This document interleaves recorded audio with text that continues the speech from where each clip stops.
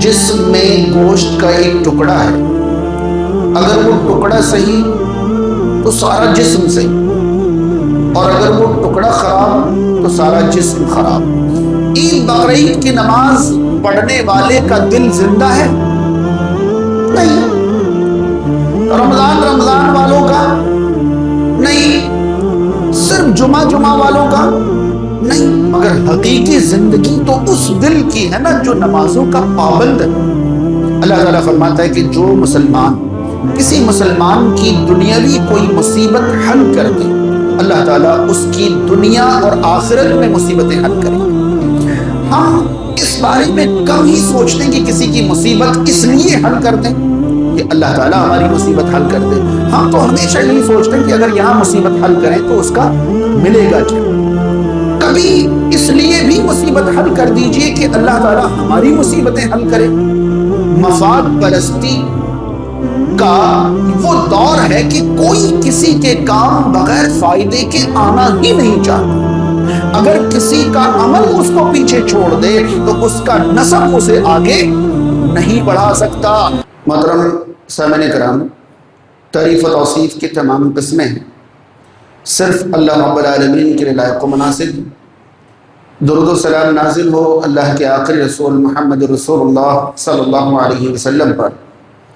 اللہم صلی علی محمد وعلی آل محمد کما صلیت علی ابراہیم وعلی آل ابراہیم انک حمید مجید۔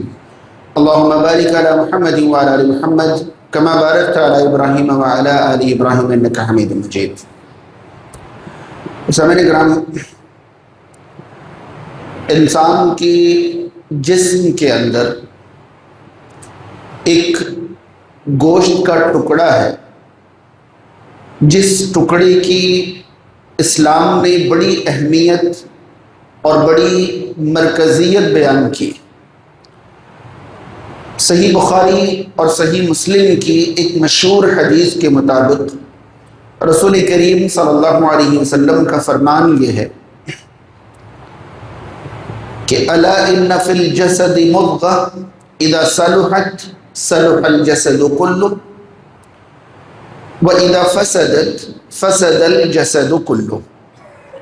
سنو، جسم میں گوشت کا ایک ٹکڑا ہے، اگر وہ ٹکڑا صحیح تو سارا جسم صحیح، اور اگر وہ ٹکڑا خراب تو سارا جسم خراب۔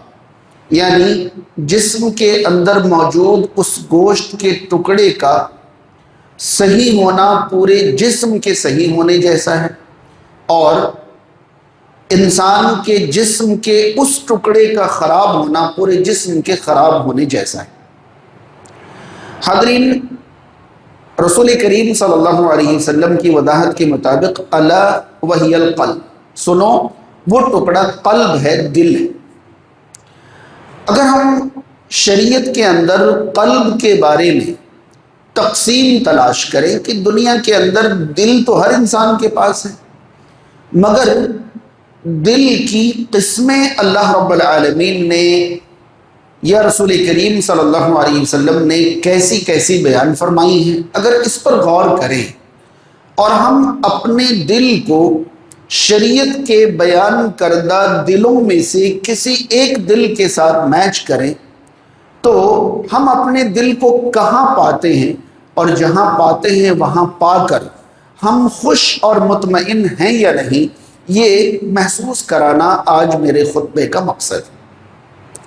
صحیح بخاری کی ایک مشہور حدیث کے مطابق اللہ تعالیٰ نے فرمایا، رسول کریم صلی اللہ علیہ وسلم نے فرمایا، جس دل میں اللہ کا ذکر ہے وہ، اور جس دل میں اللہ کا ذکر نہیں ہے وہ زندہ اور مردہ کی طرح ہے، زندہ اور مردہ کی طرح ہے۔ یعنی دل میں اللہ کی یاد ہے تو وہ دل زندہ ہے، اور دل میں اللہ کی یاد اگر نہیں ہے تو وہ دل مردہ ہے۔ تو پہلی قسم دل کی تو یہی ہو گئی کہ دل زندہ ہے یا مردہ ہے۔ پھر قرآن مجید کے اندر اللہ رب العالمین نے دل کی ایک قسم یہ بیان فرمائی ہے کہ دل محفوظ ہو، اور ایک قسم یہ بیان فرمائی کہ دل مریض ہو۔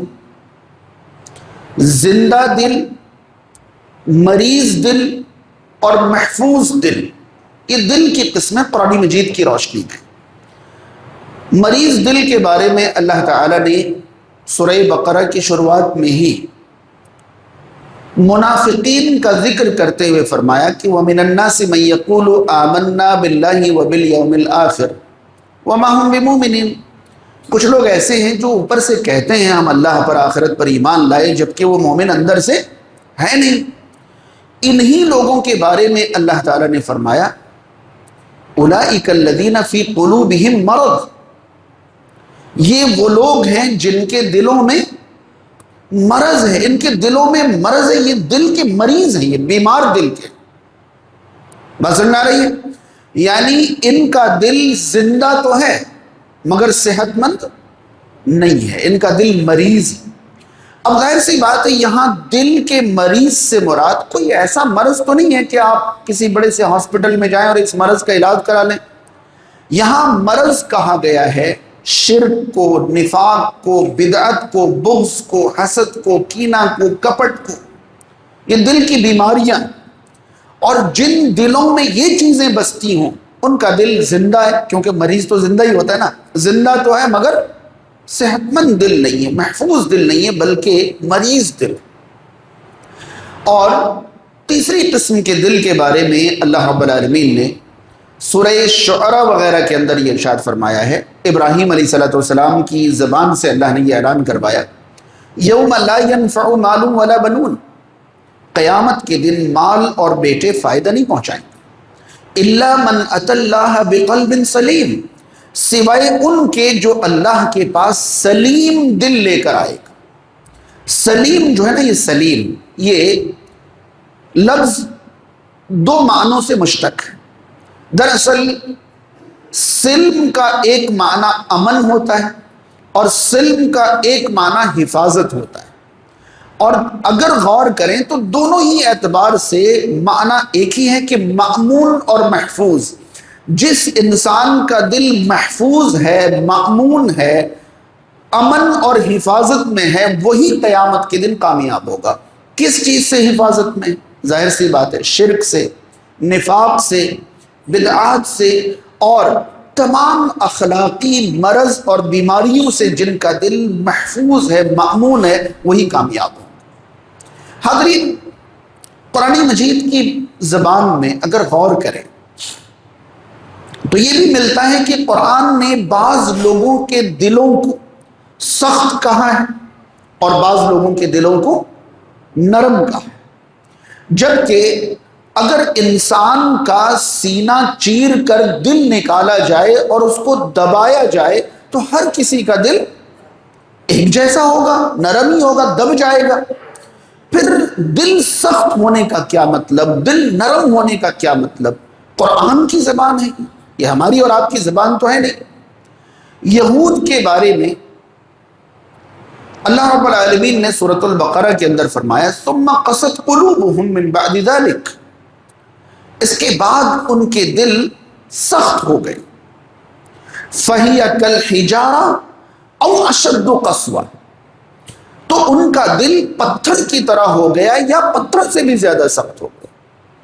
وَإِنَّ مِنَ الْحِجَارَةِ لَمَا يَشَقَّقُ فَيَتَفَجَّرُ مِنْهُ الْأَنْهَارُ وَإِنَّ مِنْهَا لَمَا يَهْبِطُ مِنْ خَشْيَةِ اللَّهِ، کیونکہ کچھ پتھر تو ایسے ہوتے ہیں جو اللہ کے خوف سے پھٹ پڑتے ہیں اور پانی کی شکل میں ان کے آنسو جاری ہو جاتے ہیں، اور کچھ پتھر تو اللہ کے ڈر سے جگہ چھوڑ کر گر جاتے ہیں، مگر ان کے دل پتھروں سے بھی زیادہ سخت ہو گئے۔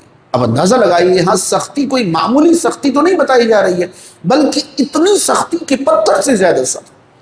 پہلے کہا گیا ان کا دل پتھر کی طرح ہو گیا ہے، اور پھر کہا جا رہا ہے کہ پتھر کی طرح نہیں بلکہ ان سے بھی زیادہ سخت ہو گیا ہے۔ جامع ترمذی کی ایک حدیث، میں صاف لفظوں میں کہوں، جامع ترمذی کی ایک حدیث جس کی سند میں کمزوری ہے، اور میں یہ حدیث کسی بات کی دلیل کے طور پر نہیں بلکہ قرآن مجید میں سخت دلی کی مذمت اور برائی جو بیان کی گئی ہے، اسی برائی کی تائید کے طور پر ایک حدیث پیش کرنا چاہوں گا، اس اعلان کے ساتھ کہ اس کی سند میں اگرچہ کمزوری ہے مگر اس حدیث کا معنی اور مفہوم قرآن مجید کی آیات سے ثابت ہے۔ جامع ترمذی کی اس حدیث کے مطابق اللہ کے نبی صلی اللہ علیہ وسلم نے فرمایا ان ابعد اللہ مکانا یوم القیامت القلب القاسی، قیامت کے دن مکان کے اعتبار سے، مرتبے کے اعتبار سے اللہ تعالی سے سب سے دور جو لوگ ہوں گے، ان میں وہ لوگ بھی ہوں گے جن کے دل سخت، جن کے دل سخت ہو گئے ہیں، وہ اللہ سے مکان کے اعتبار سے بڑی دور میں ہوں گے، یعنی مرتبہ کے اعتبار سے، رتبے کے اعتبار سے بہت دور ہوں گے۔ القلب القاسی یعنی سخت دل انسان حد سے زیادہ دور ہوگا اللہ تعالیٰ سے قیامت کے دن۔ اس کے بعد صحیح بخاری کی ایک مشہور حدیث ہے کہ قیامت کے دن کچھ لوگ جنت میں ایسے داخل ہوں گے کہ ان کے دل پرندوں کے دلوں کی طرح نرم ہوں گے۔ آخر پرندوں کے دلوں کی طرح نرم ہوں گے، ایک طرف کہا جا رہا ہے یہود کا دل سخت ہے، پتھر سے زیادہ سخت، اور ایک طرف کہا جا رہا ہے کہ جنتیوں کا ایک طبقہ، ایک گروہ ایسا ہوگا جن کے دل حد درجہ نرم ہوں گے۔ اب سوال یہ ہے کہ ہمارا دل زندہ ہے، بیمار ہے، صحت مند ہے، سخت ہے، نرم ہے، کیسا دل ہے؟ اگر اور قسمیں تلاش کی جائیں شریعت کی روشنی میں تو شاید اور قسمیں مل جائیں گی۔ کیا لگتا ہے آپ کو کہ ہمارا دل ان 5 میں سے کن 3 قسموں کا ہونا چاہیے؟ زندہ ہونا چاہیے یا مردہ؟ زندہ ہونا چاہیے۔ صحت مند ہونا چاہیے دل یا مریض؟ صحت مند۔ ہمارا دل سخت ہونا چاہیے یا نرم؟ نرم۔ اگر یہ 3 قسموں کا ہمارا دل ہے تو قرآن کہتا ہے جو قلب سلیم لے کر آئے گا، جو محفوظ بالکل سیف دل لے کر آئے گا یا صاف دل لے کر آئے گا، وہی قیامت کے دن کامیاب ہوگا، کوئی اور کامیاب نہیں ہوگا۔ حاضرین، اگر ہم ان ساری باتوں کو ایک طرف رکھ دیں تو تلاش یہ کرنا ہے کہ ہمارا دل زندہ ہے یا نہیں، ہمارا دل صحت مند ہے یا نہیں، ہمارا دل نرم ہے یا نہیں۔ تو زندہ دل کسے کہتے ہیں؟ میں نے آپ کو بتایا کہ جس دل میں اللہ کا ذکر ہے وہ دل زندہ ہے، اور جس دل میں اللہ کا ذکر نہیں ہے وہ دل زندہ نہیں ہے۔ اب ہم اپنے دل کو ٹٹولیں، کیا ہمارے دلوں میں اللہ کا ذکر ہے؟ تو آپ کہیں گے ہے، کیوں نہیں ہے؟ اللہ کا ذکر تو ہمارے دل میں، مگر قرآن مجید میں جن لوگوں کے دلوں کو اللہ کے ذکر سے خالی قرار دیا گیا ہے، زبان پر اللہ کا نام تو ان کے بھی تھا، زبان پر اللہ کا نام تو ان کے بھی تھا، مگر اللہ نے ان کے دلوں کو اللہ کے ذکر سے خالی قرار دیا۔ اگر قرآن کی زبان میں ہم پوچھیں کہ بھئی اللہ کا دل ذکر میں ہونے کا کیا مطلب، تو ہمیں قرآن اللہ کے ذکر کی 3 قسمیں بتاتا ہے۔ آپ سورہ آل عمران کی آیت نمبر 191 پڑھیں، اللہ تعالیٰ اللہ کے نیک بندوں کی پہچان بتاتے ہوئے فرماتا ہے الذین یذکرون اللہ قیاما وقعودا وعلی جنوبہم ویتفکرون فی خلق السماوات والارض ربنا ما خلقت هذا باطلا سبحانک فقنا عذاب النار۔ اللہ تعالیٰ فرماتا ہے اللہ کے نیک بندے وہ ہیں جو کھڑے کھڑے، بیٹھے بیٹھے، لیٹے لیٹے اللہ کا ذکر کرتے ہیں۔ ذکر کا آسان معنی یاد کرنا ہوتا ہے، اللہ کو یاد کرتے ہیں، کھڑے کھڑے بھی، بیٹھے بیٹھے بھی، اور لیٹے لیٹے بھی۔ اب آپ کو یہ تفصیل اگر بتائی جائے کہ کھڑے کھڑے اللہ کے ذکر سے مراد کیا ہے، تو قرآن ہی کہتا ہے، سورہ طٰہٰ کی آیت ہے اقیم الصلاۃ لذکری، آپ میرے ذکر کے لیے نماز قائم کریں۔ تو کھڑے کھڑے ذکر کا مطلب کیا نکلا؟ نماز نکلا۔ سورہ بقرہ ہی کے اندر اللہ تعالیٰ نے یہ فرمایا ہے کہ حالت خوف میں آپ پیروں سواریوں پر نماز ادا کر لیں، لیکن جب حالت امن ہو تو اللہ کا ذکر اس طرح کریں جس طرح اللہ نے سکھایا۔ یہاں اللہ کے ذکر سے مراد کیا ہے؟ نماز۔ تو کھڑے کھڑے اللہ کا ذکر جو ہے نماز۔ فَإِنْ خِفْتُمْ فَرِجَالًا أَوْ رُكْبَانًا فَإِذَا أَمِنْتُمْ فَاذْكُرُوا اللَّهَ كَمَا عَلَّمَكُمْ مَا لَمْ تَكُونُوا تَعْلَمُونَ۔ جب آپ حالت خوف میں ہیں تو پیدل سواریوں پر، اور جب آپ کو امن حاصل ہو جائے تو اس طرح اللہ کا ذکر کریں جس طرح اللہ نے سکھایا۔ یہاں اللہ کے ذکر سے مراد نماز ہے۔ تو یہ کھڑے کھڑے اللہ کے ذکر سے مراد نماز ہے۔ اب ہمارا دل اللہ کے ذکر سے بھرا ہوا ہے یا خالی ہے، یہ جاننے کے لیے پہلا کرائیٹیریا، پہلا معیار یہ ہے کہ ہم نمازوں کے پابند ہیں یا نہیں۔ یہ بتائیے، عید بقرعید کی نماز پڑھنے والے کا دل زندہ ہے؟ نہیں۔ رمضان والوں کا؟ نہیں۔ صرف جمعہ والوں کا؟ نہیں۔ 5 وقتہ نمازوں کا پابند ہوگا تبھی تو اس کا دل اللہ کے ذکر سے بھرا ہوا ہے۔ چلیے ہم یہ مان لیں کہ نماز قائم کرنے والے کا دل کسی بھی درجے میں زندہ ہے، مگر حقیقی زندگی تو اس دل کی ہے نا جو نمازوں کا پابند ہے، جو اپنی نمازوں میں ہمیشہ برتتا ہے۔ اگر انسان فرض نماز کا ہی پابند نہیں ہے تو اس کا دل اللہ کے ذکر سے بھرا ہوا نہیں ہے، اللہ کے ذکر سے خالی۔ دوسرا، بیٹھے بیٹھے اللہ کا ذکر کرتے ہیں اللہ کے نیک بندے، یاد رہے دل میں اللہ کا ذکر ہے تو دل زندہ ہے، ورنہ زندہ۔ اور ذکر کی پہلی قسم کھڑے کھڑے ذکر، ہم نے دیکھا کھڑے کھڑے ذکر سے مراد نماز۔ بیٹھے بیٹھے ذکر سے مراد کیا ہے؟ میں آپ کو کچھ چیزیں اس بارے میں بتانا چاہوں گا۔ سب سے پہلی چیز، اللہ رب العالمین نے ایک قسم کے فرشتے ایسے متعین کیے ہیں جن کا کوئی کام ہی نہیں ہے اس کے علاوہ کہ وہ ذکر کی محفلیں تلاش کریں۔ بات سمجھ رہے ہیں؟ صحیح بخاری، صحیح مسلم اور حدیث کی دیگر تمام کتابوں میں یہ حدیث موجود ہے۔ ابو ہریرہ رضی اللہ تعالیٰ عنہ راوی یہ حدیث ہے، میں صحیح بخاری کے الفاظ آپ تک پہنچا رہا ہوں، ذرا غور کریں۔ ابو ہریرہ رضی اللہ تعالیٰ عنہ فرماتے ہیں کہ رسول کریم صلی اللہ علیہ وسلم نے فرمایا، ان للہ ملائکۃ یطوفون فی الطرق، اللہ کے کچھ فرشتے ایسے ہیں جو راستوں پر چلتے رہتے ہیں، راستوں پر چلتے رہتے ہیں، یلتمسون اہل الذکر، ذکر کی محفلوں کو ڈھونڈتے رہتے ہیں، ذکر کی محفلوں کو تلاش کرتے رہتے ہیں۔ فَإِذَا وَجَدُوا قَوْمًا يَذْكُرُونَ اللَّهَ، پھر جب وہ کچھ لوگوں کو اللہ کا ذکر کرتے ہوئے پاتے ہیں، تنادوا حلموا الی حاجتکم، تو جن فرشتوں کو ذکر کی محفل ملتی ہے وہ فرشتے باقی فرشتوں کو آواز دیتے کہتے آ جاؤ ضرورت پوری ہو گئی، کام ہو گیا، آ جاؤ۔ اب سارے فرشتے ذکر کی محفلوں میں آ جاتے ہیں، یا جتنے بھی فرشتے ذکر کی محفل میں آنا چاہیں آ جاتے ہیں۔ اس کے بعد اللہ کے نبی صلی اللہ علیہ وسلم فرماتے ہیں، قال فَيَحُفُّونَهُمْ بِأَجْنِحَتِهِمْ إِلَى السَّمَاءِ الدُّنْيَا، پھر وہ فرشتے ان محفلوں کو وہاں سے لے کر آسمان تک اپنے پروں میں ڈھانک لیتے ہیں۔ یاد رہے یہ صحیح بخاری کی حدیث کے الفاظ بتا رہا ہوں جو صحیح مسلم کے اندر بھی موجود ہے۔ فَيَحُفُّونَهُمْ بِأَجْنِحَتِهِمْ إِلَى السَّمَاءِ الدُّنْيَا، اس محفل سے لے کر آسمان دنیا تک وہ فرشتے ایسی محفلوں کو اپنے پروں میں ڈھانک لیتے ہیں۔ قَالَ فَيَسْأَلُهُمْ رَبُّهُمْ، اب نیچے سے فرشتوں نے ڈھانکنا شروع کیا ہے اور ایک دوسرے کے اوپر آسمان تک پہنچ گئے، تو جو اوپر پہنچے ہوئے ہیں ان سے اللہ تعالیٰ پوچھتا ہے، فَيَسْأَلُهُمْ رَبُّهُمْ، اللہ تعالیٰ ان سے پوچھتا ہے، وَهُوَ أَعْلَمُ مِنْهُمْ، جبکہ اللہ کو ان سے بہتر معلوم ہے، پھر بھی ان سے سننا چاہتا ہے، پوچھتا ہے۔ مَا يَقُولُ عِبَادِي، کیا کہہ رہے ہیں میرے بندے، یہ میرے بندے کیا کہہ رہے ہیں؟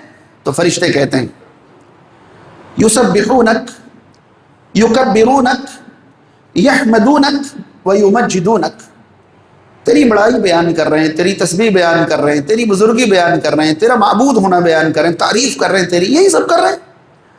تو اللہ تعالیٰ فرشتوں سے پوچھتا ہے کہ یہ بتاؤ انہوں نے دیکھا ہے مجھے؟ فرشتے کہتے ہیں نہیں، دیکھا تو نہیں ہے۔ اللہ تعالیٰ پوچھتا ہے سوچو اگر یہ لوگ مجھے دیکھ لیں تو کیا کرتے؟ تو فرشتے کہتے ہیں اللہ اس سے بھی زیادہ کرتے، اور بڑھ چڑھ کر کرتے، بہت زیادہ کرتے۔ پھر اللہ تعالیٰ ان سے پوچھتا ہے اچھا کچھ مانگ رہے ہیں کہ یہ لوگ؟ تو فرشتے کہتا ہے جنت مانگ رہے ہیں۔ تو اللہ تعالیٰ کہتا ہے انہوں نے جنت دیکھی ہے؟ کہ نہیں، جو دیکھی تو نہیں ہے۔ پھر اللہ تعالیٰ فرماتا ہے کہ یہ بتاؤ اگر یہ لوگ جنت دیکھ لیتے تب کیا حال ہوتا؟ اور شدت سے مانگتے، اور زیادہ کوشش کر کے مانگتے۔ اللہ تعالیٰ ان سے پوچھتا ہے کہ کسی چیز سے پناہ بھی مانگ رہے ہیں کیا؟ ہاں جہنم سے پناہ مانگ رہے ہیں، جہنم سے پناہ مانگ رہے ہیں۔ اللہ تعالیٰ پھر پوچھتا ہے انہوں نے جہنم دیکھی ہے؟ فرشتے کہتے ہیں نہیں، دیکھی تو نہیں ہے۔ پھر اللہ تعالیٰ پوچھتا ہے کہ بتاؤ اگر دیکھ لی ہوتی تب کیا حال ہوتا؟ پھر فرشتوں کا وہی جواب کہ دیکھ لی ہوتی تو اور شدت سے پناہ مانگتے، اور زیادہ کوشش کرتے۔ اب اللہ تعالیٰ ان سے کہتا ہے تم سب گواہ رہو اس محفل میں موجود سب کو میں نے بخش دیا۔ یہ صحیح بخاری کے الفاظ، تم گواہ رہو اس محفل میں موجود سب کو میں نے بخش دیا، سب کی مغفرت کر دی۔ اب وہ فرشتے کہتے ہیں کہ اللہ ان میں ایک بندہ ایسا ہے جو ان میں کا نہیں، وہ تو راستہ چل رہا تھا گھس گیا بیٹھ گیا، وہ ان محفلوں کا حصہ نہیں ہے۔ تو اللہ تعالیٰ فرماتا ہے کہ یہ ان لوگوں کی محفلیں ہیں کہ جن میں کوئی شامل ہو جائے تو وہ پھر بدنصیب نہیں بچتا، وہ خوش نصیب ہو جاتا ہے۔ حضرین یہ ذکر کی محفل کی ایک قسم ہے جہاں انسان بیٹھ کر اللہ کا ذکر کرے، یہ ایک قسم۔ دوسری قسم بیان کرنے کے لیے صحیح مسلم کی ایک حدیث میں آپ تک پہنچانا چاہوں گا۔ صحیح مسلم کی اس حدیث کے مطابق رسول کریم صلی اللہ علیہ وسلم نے فرمایا، ذرا اس حدیث کو میں پوری پڑھ دوں تاکہ عنوان کے علاوہ بھی دو چار باتیں وہ بھی ہمارے سامنے آ جائے۔ اس حدیث کے راوی بھی ابو ہریرہ رضی اللہ تعالیٰ عنہ فرماتے ہیں رسول کریم صلی اللہ علیہ وسلم نے فرمایا من نفس عن مؤمن کربۃ من کرب الدنیا نفس اللہ عنہ کربۃ من کرب یوم القیامہ۔ اللہ تعالیٰ فرماتا ہے کہ جو مسلمان کسی مسلمان کی دنیاوی کوئی مصیبت حل کر دے، اللہ تعالیٰ اس کی دنیا اور آخرت میں مصیبتیں حل کرے گا۔ ٹھیک ہے، ہم اس بارے میں کم ہی سوچتے ہیں کہ کسی کی مصیبت اس لیے حل کر دیں کہ اللہ تعالیٰ ہماری مصیبت حل کر دے۔ ہم تو ہمیشہ یہی سوچتے ہیں کہ اگر یہاں مصیبت حل کریں تو اس کا ملے گا کیا۔ کبھی اس لیے بھی مصیبت حل کر دیجئے کہ اللہ تعالیٰ ہماری مصیبتیں حل کرے۔ آج مفاد پرستی کا وہ دور ہے کہ کوئی کسی کے کام بغیر فائدے کے آنا ہی نہیں چاہتا ہے، بھول جاتا ہے کہ ہم کسی کے کام آئیں تو اللہ تعالی ہمارے اس طرح کام آئے گا جس طرح ہم اپنے کام نہیں آ سکتے۔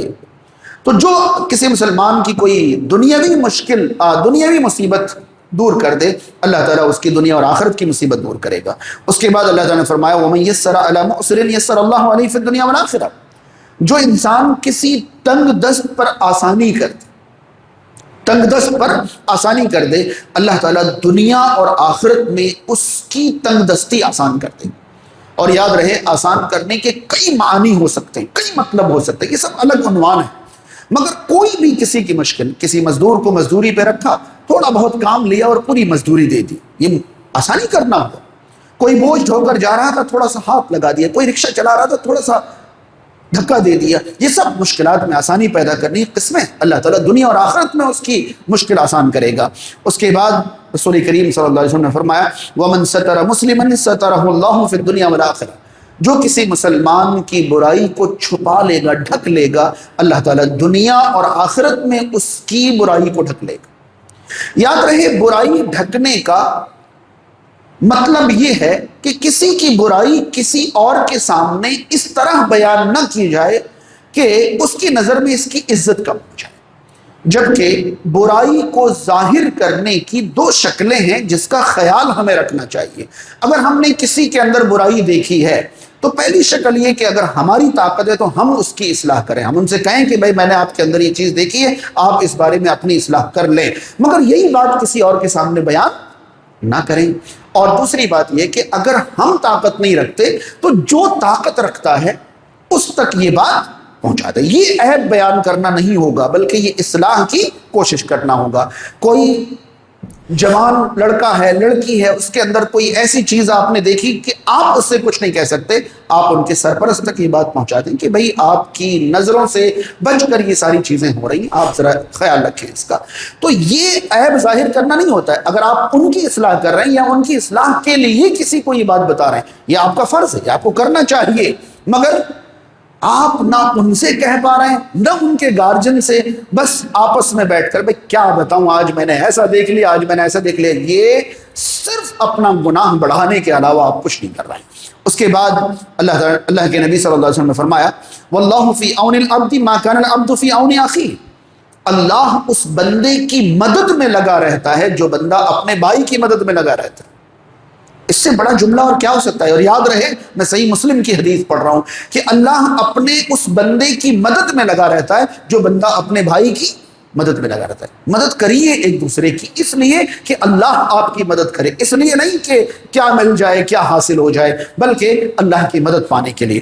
اس کے بعد اللہ کے نبی صلی اللہ علیہ وسلم نے فرمایا وَمَنْ سَلَكَ طَرِيقًا يَلْتَمِسُ فِيهِ عِلْمًا، جو شخص علم حاصل کرنے کے لیے کسی راہ میں چلے، یاد رہے علم حاصل کرنے کے لیے کسی راہ میں چلے، اس میں مدرسے کی طرف جانا، کسی دینی محفل کی طرف جانا، خطبہ جمعہ کی طرف جانا، قرآن سیکھنے کے لیے جانا، دین سیکھنے کچھ بھی کرنے کے لیے جانا، جو علم حاصل کرنے کے لیے کسی راہ پر چلے گا سہل اللہ لہ بہ طریقا الی الجنہ، اللہ تعالیٰ اس راہ کے ذریعے اس کے لیے جنت کا راستہ آسان فرما دے گا۔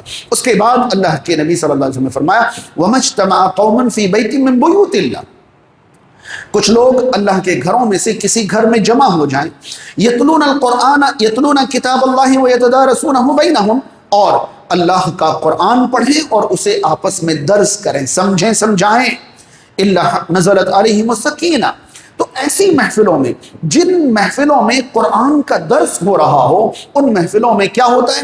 نزلت علیہم السکینہ، اللہ تعالیٰ ان پر سکون نازل فرماتا ہے، وغشیتہم الرحمہ، اللہ کی رحمت ان کو ڈھانک لیتی ہے، وحفتہم الملائکہ، فرشتے ان کو گھیر لیتے ہیں، وذکرہم اللہ فی من عندہ، اور اللہ ایسے لوگوں کا ذکر ان کے سامنے کرتا ہے جو اللہ کے پاس موجود ہے، یعنی اللہ اپنے مقرب ترین فرشتوں کے سامنے ایسے لوگوں کا ذکر کرتا ہے جو قرآن کے درس میں قرآن سمجھنے اور سمجھانے کے لیے بیٹھے ہیں، ان کا ذکر اللہ تعالیٰ مقرب فرشتوں میں کرتا ہے۔ آخر میں نبی کریم صلی اللہ علیہ وسلم نے فرمایا کہ سنو، قبیلہ، خاندان، رشتہ دار، فلاں فلاں کی میرے فلاں یہ ہیں وہ ہیں، ان چکروں مت پڑنا۔ وَمَن بَطَّأَ بِهِ عَمَلُهُ لَمْ يُسْرِعْ لَهُ نَسَبُهُ، اگر کسی کا عمل اس کو پیچھے چھوڑ دے تو اس کا نسب اسے آگے نہیں بڑھا سکتا۔ تم نبی کے بیٹے ہو، نبی کے پوتے ہو، نبی کے گھرانے کے ہو، صرف اس وجہ سے تم آگے نہیں بڑھ جاؤ گے اگر تمہارا عمل اچھا نہیں ہے۔ تم سید ہو، تم سادات ہو، تم بنی ہاشم ہو، تم بنی فلاں ہو، یہ کافی نہیں ہوگا، تمہارا عمل اگر تمہیں پیچھے چھوڑ دے تو تمہارا نسب تمہیں آگے نہیں بڑھائے گا۔ میں نے بیٹھے بیٹھے ذکر کی مثال کے طور پر یہ چیزیں آپ تک پہنچائیں گی۔ کھڑے کھڑے اللہ کا ذکر نماز ہے، بیٹھے بیٹھے اللہ کا ذکر، اللہ کی تسبیح، اللہ کی تحمید، ہم بیٹھتے ہیں، بیٹھ کر سبحان اللہ، الحمدللہ، لا الہ الا اللہ، اللہ اکبر، یہ سب جو کرتے ہیں یہ بیٹھے بیٹھے اللہ کا ذکر ہے۔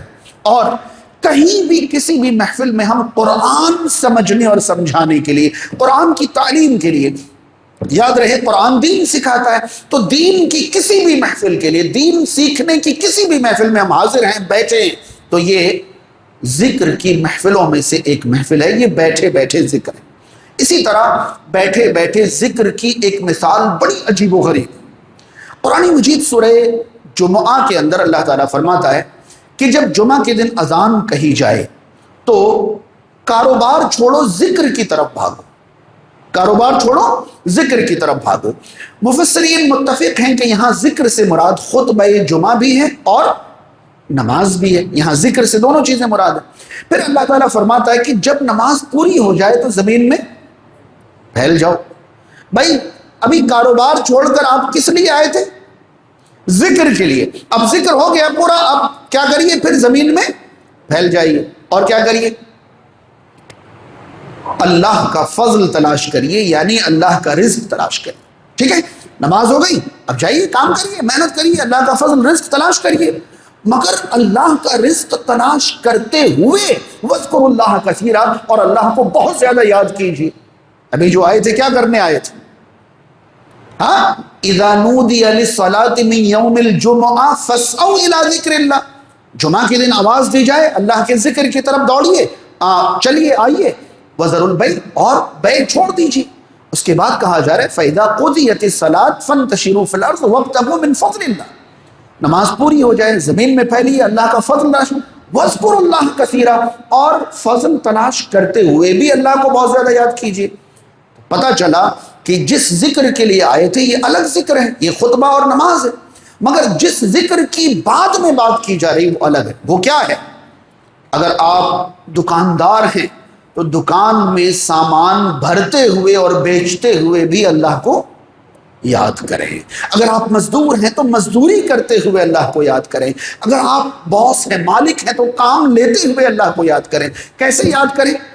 آپ دکان میں بیٹھیں اور جپتے رہیں اور حرام چیزیں بیچتے رہیں اور دھوکہ دیتے رہیں، یہ اللہ کا ذکر کرنا ہوا؟ نہیں، کہنے کا مطلب ہے کہ اللہ کا فضل تلاش کرتے ہوئے ہر موڑ پر آپ کو یہ یاد رہے کہ ایسا کرنے سے میرا رب راضی ہوگا یا ناراض۔ یہ بیٹھے بیٹھے اللہ کے ذکر کی میں نے 3 قسمیں بتائی آپ کو۔ ایک تو اللہ کی تسبیح، تحمید، تہلیل وغیرہ بیان کرنے کی محفل، اور ایک علم سیکھنے کی، دین سیکھنے کی محفل، اور ایک ہم دنیا میں کہیں بھی بیٹھے ہیں وہاں بیٹھے بیٹھے اس طرح اللہ کو یاد کرنا کہ جو میں کر رہا ہوں وہ اللہ کو ناراض تو نہیں کرے گا۔ یہ سب بیٹھے بیٹھے ذکر کی قسم ہے۔ اس کے بعد لیٹے لیٹے ذکر کے بارے میں خود قرآن کہتا ہے کہ لیٹے لیٹے آپ اللہ کی خلقت پر غور کیجیے۔ وَيَتَفَكَّرُونَ فِي خَلْقِ السَّمَاوَاتِ وَالْأَرْضِ، اللہ نے جو کچھ پیدا کیا، جو کچھ بنایا، اس پر آپ لیٹے لیٹے غور کیجیے۔ ہم تو لیٹتے ہی اس لیے ہیں کہ صبح اٹھ کر پھر کون سی شرارتیں کریں گے۔ لیٹے لیٹے آپ اللہ کی خلقت پر غور و فکر کیجئے، کیونکہ یہ غور و فکر آپ کو اللہ کی عظمت محسوس کرائے گی۔ یہ ہو گیا زندہ دل یا مردہ دل۔ اگر ہمارا دل نمازوں کا عادی ہے تو ہمارا دل کیسا ہے؟ زندہ ہے۔ اگر ہم تسبیح و تہلیل کرتے ہیں، دینی محفلوں میں شوق سے حاضر ہوتے ہیں، اور ہر کام کرتے وقت اللہ کو یاد رکھتے ہیں، تو ہمارا دل اللہ کے ذکر سے بھرا ہوا یعنی زندہ ہے۔ بات سمجھ میں آ رہی ہے؟ اور جب ہم لیٹتے ہیں، فرصت پاتے ہیں تو اللہ کے بارے میں سوچتے ہیں، غور و فکر کرتے ہیں، تو ہمارا دل اللہ کے ذکر سے بھرا ہوا یعنی ہمارا دل زندہ ہے۔ بات سمجھ میں آ گئی؟ اس کے بعد آپ دیکھیے کہ دل محفوظ اور مریض کیا ہے۔ اگر ہم اللہ کے بارے میں کوئی شرک نہیں کرتے، کوئی کفر نہیں کرتے، کوئی الحاد نہیں کرتے، رسول اللہ صلی اللہ علیہ وسلم کے بارے میں کوئی بدعت نہیں کرتے، کوئی نافرمانی نہیں کرتے، اور رشتوں ناتوں کے بارے میں اللہ کی مرضی کے خلاف کوئی سوچ نہیں رکھتے، کسی کو نقصان پہنچانے کا یا کسی کے بارے میں حسد، بغض اور دشمنی وغیرہ نہیں رکھتے، تو انشاءاللہ ہمارا دل مریض نہیں بلکہ صحت مند دل ہے، محفوظ دل ہے۔ اس اعتبار سے دل کی تیسری قسم سخت دل ہے یا نرم دل ہے۔ اگر جمعہ کے بیانات، درس کی باتیں، دین کی طرف بلانے والے جملے ہمیں اندر سے ہلاتے ہیں، جھنجھوڑتے ہیں، کچھ فرق پڑتا ہے، تو ہمارا دل نرم ہے، ہمارا دل نرم ہے۔ اور سارے اعلان کے باوجود، سارے خطبوں کے باوجود، تمام دروس کے باوجود، تمام زجر، توبیخ، ڈانٹ، پھٹکار، نصیحت، ترغیب، ترہیب، ساری کوششوں کے باوجود ہم جہاں تھے وہی ہیں۔ ذرہ برابر دل نہیں بدل رہا ہے، ذرہ برابر فرق نہیں پڑ رہا ہے، ہم بھیٹ ہو گئے ہیں، فرق ہی نہیں پڑ رہا ہے، تو ہمارا دل کیسا ہو گیا؟ سخت ہو گیا۔ کیونکہ دلوں کی سختی کا مطلب ہی یہی ہے کہ اس میں حق بات اثر نہ کرے۔ سورہ تکویر کے اندر اللہ رب العالمین نے اس کو دلوں کا زنگ چڑھ جانا کہا، دلوں کا زنگ چڑھ جانا کہا ہے۔ اللہ تعالیٰ فرماتا ہے کلا بل ران علی قلوبہم بما کانوا یکسبون، ان کی کرتوتوں کی وجہ سے ان کے دلوں پر زنگ چڑھ گیا ہے۔ یہ دل کی ایک اور قسم ہو گئی کہ ہمارا دل صاف ہے یا زنگ آلود ہے، زنگ چڑھا ہوا تو نہیں ہے، یہ بھی دل کی ایک قسم ہے۔ اور زنگ کیسے چڑھتا ہے، اس بارے میں جامع ترمذی کی مشہور حدیث آپ کو معلوم ہے۔ بندہ گناہ کرتا ہے، دل پر کالا لبا پڑتا ہے، توبہ کرتا ہے، صاف ہو جاتا ہے، نہیں توبہ کرتا ہے، باقی رہ جاتا ہے۔ گناہ کرتا جاتا ہے، دل پر کالا دھبا پڑتا جاتا ہے، یہاں تک کہ پورا دل کالا ہو جاتا ہے۔ اسی کالے دل کو اللہ تعالیٰ نے دلوں کا زنگ چڑھ جانا کہا ہے۔ پھر ایسے دلوں پر اللہ کی باتیں، اچھی باتیں اثر نہیں کرتی۔ حاضرین، آپ کو اندازہ ہے کہ اس تعلق سے بے شمار باتیں چھوڑ کر جو ضروری باتیں مجھے لگی یا مجھے توفیق ہوئی میں نے آپ تک پہنچائی۔ کیا مقصد تھا یہ باتیں پہنچانے کا؟ ایک بار بیٹھ کر ہم اپنے دل کو ٹٹولیں، محسوس کریں، دیکھیں کہ ہمارا دل کیسا ہے، زندہ ہے یا نہیں، صحت مند ہے یا نہیں، صاف ستھرا ہے یا نہیں، اور زیادہ سے زیادہ نرم ہے یا نہیں۔ اگر یہ سب نہیں ہے تو ہمیں اپنے دل کو یہ سب چیزیں دلانے کی کوشش کرنی چاہیے یا نہیں کرنی چاہیے؟ کیسے کوشش کریں گے؟ کیسے حاصل ہوں گی یہ چیزیں؟ ظاہر سی بات ہے، اگر ہم اللہ کی محفلوں میں، رسول اللہ کی محفلوں میں، دین کی محفلوں میں حاضر نہیں ہوں گے تو ہمارے دلوں کو یہ ساری صفات اور خوبیاں کیسے حاصل ہوں گی؟ حاضرین، اللہ کا شکر ہے کہ ہماری مسجد میں خطبہ سننے کے لیے لوگ آ جاتے ہیں، اللہ کا شکر ہے، ورنہ باقی مساجد میں یا تو خطبہ ہی نہیں ہوتا ہے، عربی کے کچھ جملے پڑھے جاتے ہیں جو بیٹھے ہوئے لوگوں کو ذرہ برابر سمجھ نہیں آتا، یا تو خطبہ ہی نہیں ہوتا ہے، یا اگر خطبہ ہوتا ہے تو مستند اور معتبر چیزیں نہیں بتائی جاتی ہیں، ایک بات، اور دوسری بات سننے والے بھی وہاں باتیں سننے جاتے ہی نہیں ہیں، بلکہ یہ پوچھتے ہیں کہ بھئی اس مسجد میں کھڑے کتنے بجے ہوں گے، اس مسجد میں کھڑے کتنے بجے ہوں گے، کوئی سننے جاتا ہی نہیں۔ بفضلہ تعالی ہماری مساجد میں لوگ خطبہ سننے آتے بھی ہیں، اور ہمیں آپ کے آنے کا شدت سے احساس ہے، اس لیے ہمیشہ ہم کوشش کرتے ہیں کہ آپ کی آج کی ضرورت پر کچھ نہ کچھ قرآن و سنت کی روشنی میں مستند اور مضبوط باتیں پہنچائی جائیں۔ آپ کو یہ نہیں بتایا جائے کہ فلاں کیا تھے، فلاں کیا تھے، فلاں کیا تھے، بلکہ یہ بتایا جائے آج آپ کو کس چیز کی ضرورت ہے، آپ کو کن باتوں کا خیال رکھنا چاہیے۔ ہم آپ کے آنے کا خیال رکھتے ہیں، لحاظ رکھتے ہیں، مگر کچھ عرصے سے محسوس ہو رہا ہے کہ خطبہ جمعہ جس میں حاضری فرض ہے اس میں بھی سستی ہو رہی ہے۔ بلا شبہ اور مساجد کے مقابلے میں ہمارے یہاں جمعہ کی حاضری بہتر ہے، اذان سے پہلے لوگ آتے ہیں، مگر خوش کرنے والی اب بھی نہیں، ابھی بھی اور خیال رکھنے کی ضرورت ہے۔ جمعہ کے دن ہر حال میں ہمیں اذان سے پہلے مسجد میں آ جانا چاہیے۔ اس کے بعد جمعہ کا خطبہ تو فرض ہے، مگر کیا یہی کافی ہے ہمارے دل کو بالکل آئینہ بنا کر رکھنے کے لیے؟ نہیں۔ حاضرین، ایک آخری حدیث کا صرف خلاصہ میں آپ تک پہنچاؤں۔ حنظلہ رضی اللہ تعالیٰ عنہ ایک صحابی، حنظلہ رضی اللہ تعالیٰ عنہ ایک صحابی، صحیح بخاری کی حدیث ہے کہ ایک بار حنظلہ رضی اللہ تعالیٰ عنہ گھر سے باہر نکلے اور بڑے پریشان سے تھے۔ ابو بکر صدیق رضی اللہ تعالیٰ عنہ ان سے ملے، کیا بات ہے، کیوں پریشان ہوں؟ انہوں نے کہا میں تو منافق ہو گیا ہوں۔ حنظلہ خود کہہ رہے ہیں میں کیا ہو گیا ہوں؟ منافق ہو گیا ہوں۔ انہوں نے کہا کیا بات ہے، منافق کیسے ہو گئے؟ انہوں نے بتایا کہ میں نبی کریم صلی اللہ علیہ وسلم کے یہاں جب جاتا ہوں وہاں اللہ کی باتیں، جنت جہنم کی باتیں سنتا ہوں تو میرا ایمان بڑا بڑھ جاتا ہے، پھر جب وہاں سے آتا ہوں بیوی بچوں میں، گھر بار میں، کاروبار میں، تو زیادہ تر چیزیں مجھے یاد ہی نہیں رہتی، میں سب بھول جاتا ہوں، تو مجھے لگ رہا ہے کہ میں کیا ہو گیا ہوں؟ منافق کے، وہاں الگ ہوں یہاں الگ ہوں، منافق ہو گیا ہوں۔ ابو بکر صدیق رضی اللہ تعالیٰ عنہ جن سے نیک شخص پر، جن سے بہتر شخص پر انبیاء کے علاوہ کبھی سورج طلوع نہیں ہوا، وہ کہہ رہے ہیں کہ اگر یہ بات ہے پھر تو منافق میں بھی ہو گیا ہوں، کیونکہ میرا بھی یہی حال ہے، وہاں جاتا ہوں الگ، گھر آتا ہوں الگ۔ چلو پھر پوچھتے ہیں، دونوں مل کر رسول کریم صلی اللہ علیہ وسلم کی خدمت میں حاضر ہوئے، ان سے جا کر یہ ساری باتیں بتائیں۔ آپ نے فرمایا کہ اگر تم میری محفل میں جیسا محسوس کرتے ہو ایسا ہی گھروں میں اور الگ بھی محسوس کرو تو فرشتے تمہارے بستروں میں آ کر، تمہارے راستوں میں آ کر تم سے مصافحہ کریں گے۔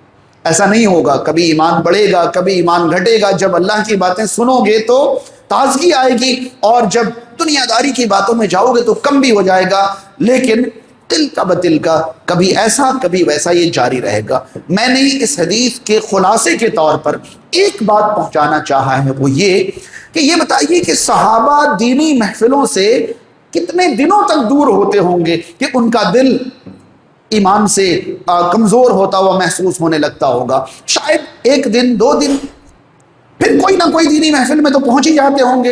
اور ہم بعض لوگ ایسے ہیں جو رمضان کے علاوہ دینی محفلوں میں نہیں جاتے، بعض ایسے ہیں جو جمعہ کے علاوہ نہیں جاتے، بعض ایسے ہیں جو مہینوں تک نہیں جاتے. یہ بتائیے صرف خطبہ جمعہ ہمارے ایمان کو مضبوط رکھنے کے لیے، تازہ رکھنے کے لیے، دلوں میں وہی کیفیت اور وہی احساس بنائے رکھنے کے لیے کافی ہے.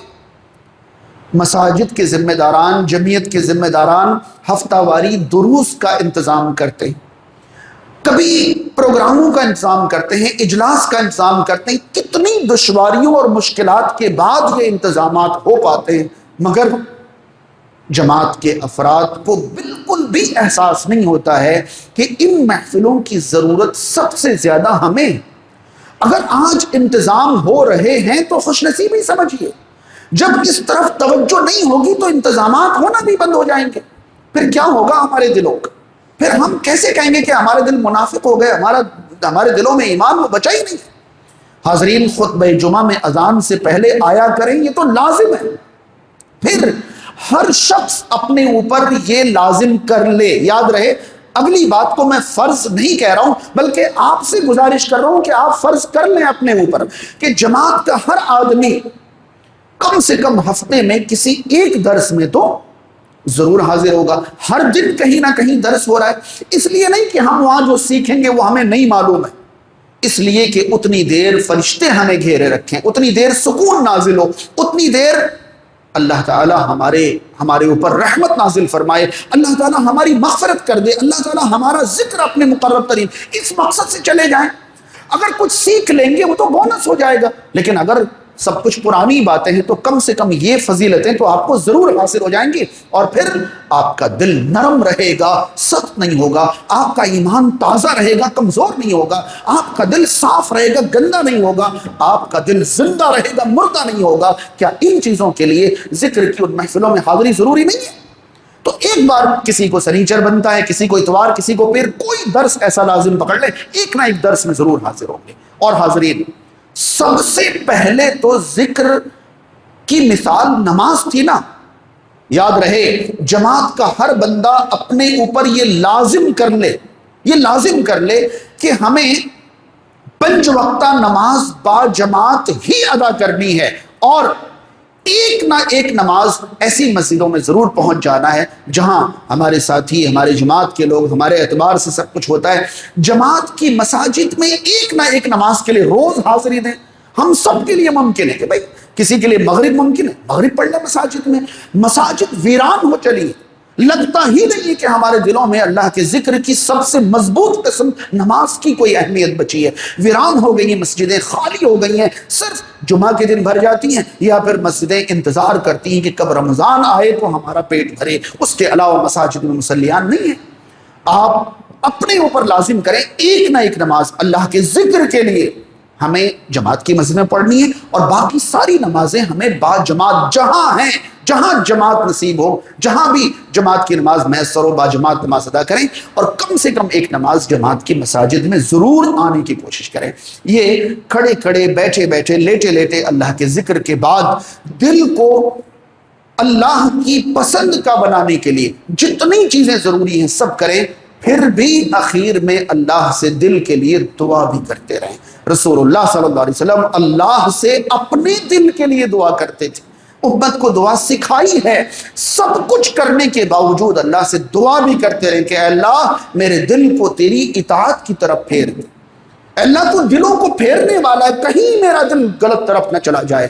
دعا کرتے رہیں ربنا لا تزغ قلوبنا بعد اذ ہدیتنا. اے اللہ ہدایت کے بعد ہمارے دلوں کو گمراہی کی طرف مت پھیر دینا. دعا کرتے رہے اپنے دلوں کے. قرآن نے سکھایا کہ آپ دل کے لیے دعا کیجیے. یہ دل کوئی معمولی چیز نہیں کہ ادھر ادھر ہو جائے اور آپ بچ جائیں. اس دل کی حفاظت کے لیے اللہ سے دعا بھی کرتے رہیں. حاضرین، بڑی مؤدبانہ گزارش ہے کہ ذکر کی محفلیں چاہے وہ نماز کی ہوں، چاہے وہ اذکار کی ہوں، چاہے وہ تعلیم کی ہوں یا دینی محفلیں ہوں، ان محفلوں کی خصوصیات سمجھیے، اپنے آپ کو ان کا حصہ بنائیے اور اپنے آپ کو ان محفلوں سے الگ نہ رکھیے۔ اللہ تعالیٰ ہم تمام کو ان باتوں پر عمل کی توفیق عطا فرمائے۔ اللہ تعالیٰ ہمیں اللہ کا ذکر کرنے والا مسلمان بنائے، اللہ کی یاد سے دلوں کو سجانے والا بنائے، اللہ کی یاد سے غافل ہو جانے والوں سے اللہ تعالیٰ ہمیں بچا کر رکھے، محفوظ رکھے۔ سماج اور معاشرے میں جو لوگ بیمار ہیں اللہ تعالیٰ انہیں شفا عطا کرے، جو پریشان حال ہیں اللہ تعالیٰ ان کی پریشانی دور فرمائے، جو مقروض ہیں، بے روزگار ہیں اللہ تعالیٰ ان کے لیے آسانیاں فرمائے، جن کے رزق میں تنگی ہے رب تعالیٰ کشادگی فرمائے، جو دنیا سے جا چکے ہیں اللہ تعالیٰ ان کی مغفرت فرمائے، جو دنیا میں باقی ہیں اللہ تعالیٰ ان کی حفاظت فرمائے۔